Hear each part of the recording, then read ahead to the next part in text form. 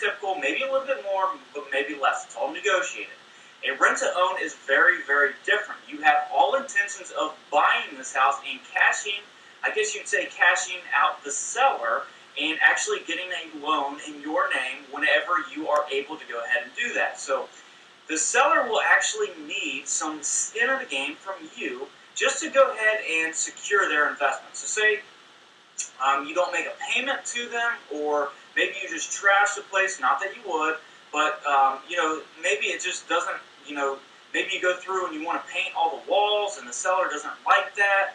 It's really to secure their investment, to know that basically that they have a serious person involved in this transaction, that you are serious about buying this house. So a good rule of thumb on a down payment on a rent-to-own home, land contract home, is anywhere between 3 to 10%. Now hold on, that doesn't mean that you're going to be paying 3 or 10% of the purchase price on every single home.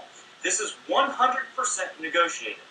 Okay, so you're going to negotiate with the seller and basically go through and find out what the seller will take and what you have to go ahead and put down. So I have seen it as low as 1%, but I've also seen it as high as 10 to 20%, but it's 100% negotiated between you and the seller. The more you put down, obviously, the better chances you're going to have of getting the rent-to-own home, and the more skin you're going to have in the game, and let that seller know that you are serious. But you have to watch that. You don't want to put down all of your money on a rent-to-own home.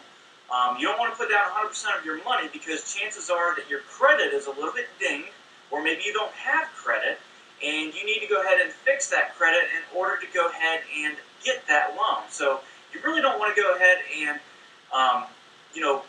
put down all of your money and then not have any money to fix your credit. That doesn't make any sense to go ahead and do. So a good rule of thumb is 3 to 5% down of the purchase price. So let me go ahead and explain that.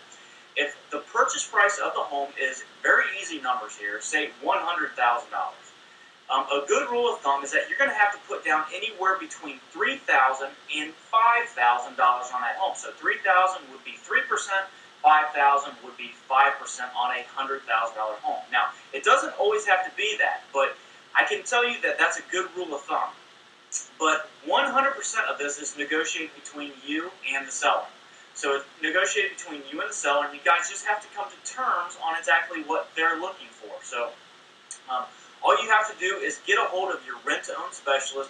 They can help you go ahead and find out exactly what the seller will take. They will help you in the negotiation process, but that is exactly how it is. It's all negotiated between you and the seller of exactly what you have, what the seller wants. You don't want to put down all of your money, so that you can go ahead and spend some money to go ahead and fix your credit, so that you can go ahead and purchase that house. And you definitely want to go ahead and have about 3 to 5%, but it could be less, just depending on what that seller wants. So go ahead and get a hold of your rent-to-own specialist, and we'll talk to you soon.